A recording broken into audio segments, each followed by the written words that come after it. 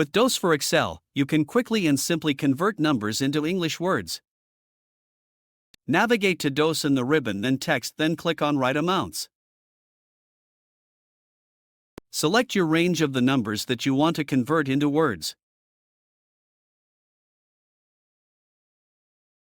Then select the cell where you want to place the results to.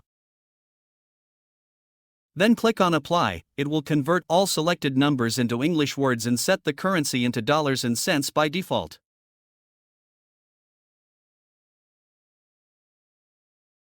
You can also change the currency and its value. Let's change it to currency euro and click on Apply.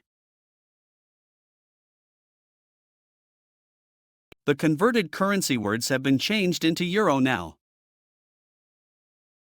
To keep the currency and its value saved for later use, then click on Context menu, then on Remember My Settings.